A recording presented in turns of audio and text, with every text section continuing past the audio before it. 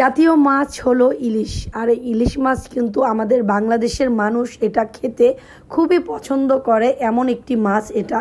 আর এই মাছটা কিন্তু দামের কারণে অনেক মানুষই কিনে খেতে পারতো না, এতটা দাম ছিল এই ইলিশ মাছের। তো শুনছি এখন নাকি ইলিশ মাছের দামটা খুব কমে আসছে। তো এই খুশির খবর শুনে তো খুবই ভালো লাগলো। তো সবাই কেমন আছেন? আশা করছি সবাই খুব ভালো আছেন।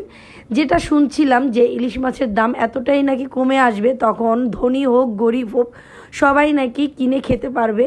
তো এই জিনিসটা যদি হলে আলহামদুলিল্লাহ খুবই ভালো হবে। কেননা আমাদের দেশীয় মাছ আমাদের দেশের নদীর পানিতে হয়, আর এই মাছটাই আমরা খেতে পারি না। কেননা আগের সরকার যখন ছিল তখন এই মাছগুলো বাইরের দেশে বিক্রি করে দিত। এখন বর্তমান যেই সরকার এসেছে সেই সরকারে বলছে যে আমাদের দেশীয় মাছ আগে খাবো আমরা, তারপরে খাওয়ার পরে যদি থাকে তাহলে বাকি বাইরের মানুষ তাহলে এই মাছ পাবে।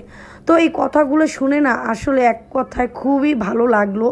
যদি এমনটা হয় তাহলে এই দেশের মানুষের জন্য খুবই খুবই ভালো হবে। শুধু মাছের দাম না, আস্তে আস্তে অনেক কিছুই দামটা কমে আসছে। আর এই জিনিসগুলো যদি হয়, আমাদের যে দেশে অসহায় কিছু মানুষ আছে তাদেরই জন্য এইটা অনেক সুবিধা হবে। যদি এইরকমভাবে সব জিনিসের দামটা যদি কমে থাকে তাহলে অসহায় মানুষদের জন্য এটা অনেকটাই সুবিধা হবে।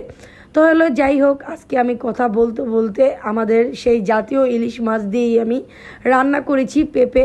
আর এই পেঁপে দিয়ে ইলিশ মাছ কারা কারা আছেন যে পছন্দ করেন, যদি করে থাকেন সেটা অবশ্যই কমেন্টে জানাবেন। তো আজকের মতন ভিডিওটা এই পর্যন্তই। সবাই সুস্থ থাকবেন, ভালো থাকবেন। আল্লাহ হাফেজ।